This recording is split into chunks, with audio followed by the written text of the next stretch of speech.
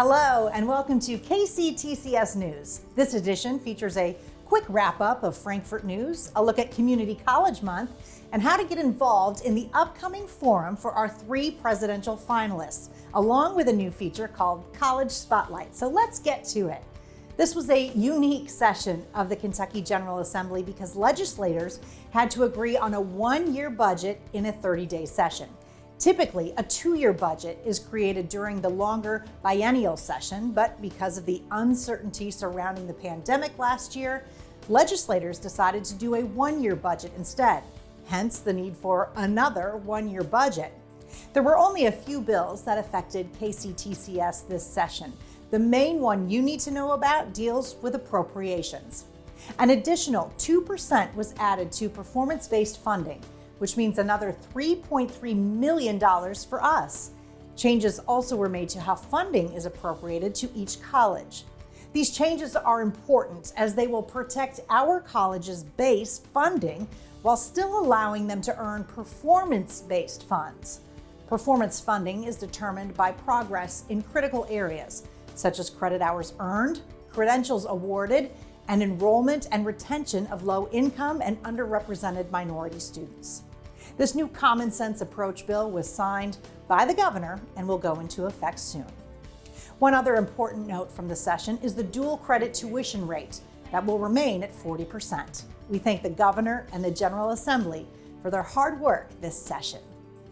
Did you know April is Community College Month? This designation was created by ACCT to celebrate the important role of community colleges and help shatter the stigma wrongly associated with them.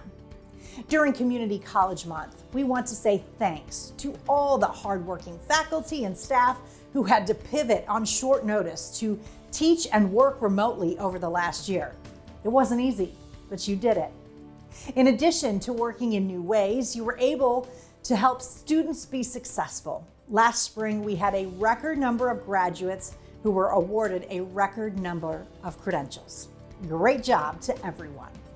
Now for some news about the KCTCS presidential search. By now, you've seen the 3 finalists for the position.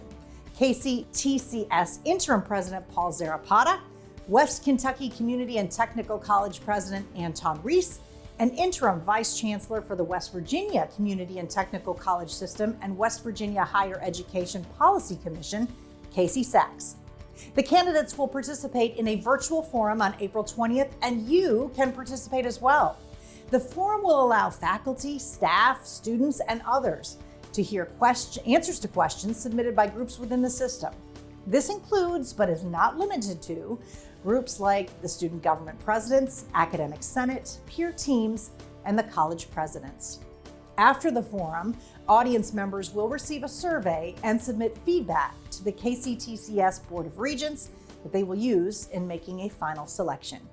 I am fortunate enough to be moderating the forum, so join me. Watch The Scoop for the time and link so you can have input on the next KCTCS president. And now I want to introduce a new segment of KCTCS News called College Spotlight. In this inaugural edition, we'll see news from Ashland, Gateway, Hazard, Madisonville, and Maysville. We'll begin in Ashland. Through an amazing program called Stepping Stones, since 2002, the ACTC Cosmetology Salon accepts wig donations for local cancer patients. The wigs are washed and styled by ACTC cosmetology students and given to the patients free of charge. Gateway Community and Technical College has added a new program. They now offer a paramedic to registered nurse pathway, a first in the region.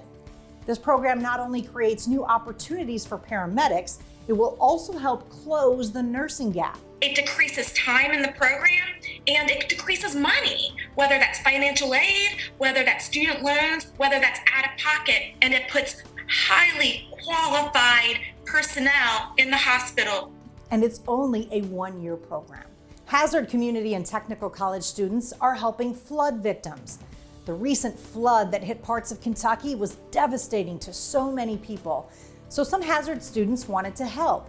HCTC nursing students assisted during the flood in Jackson after residents were moved from the Nim Henson Geriatric Center to Jackson City School.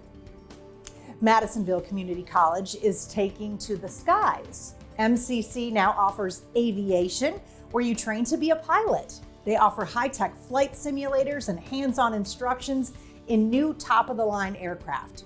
You can earn the FAA ratings required to be a pilot and is one of only 2 flight schools in the region. Last stop, Maysville.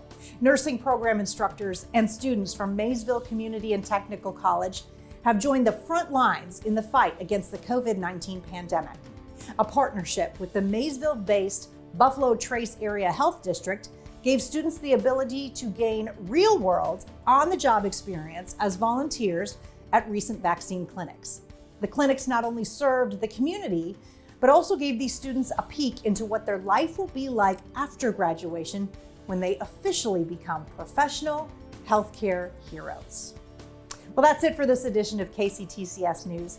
Happy spring, everyone, and I'll see you next time.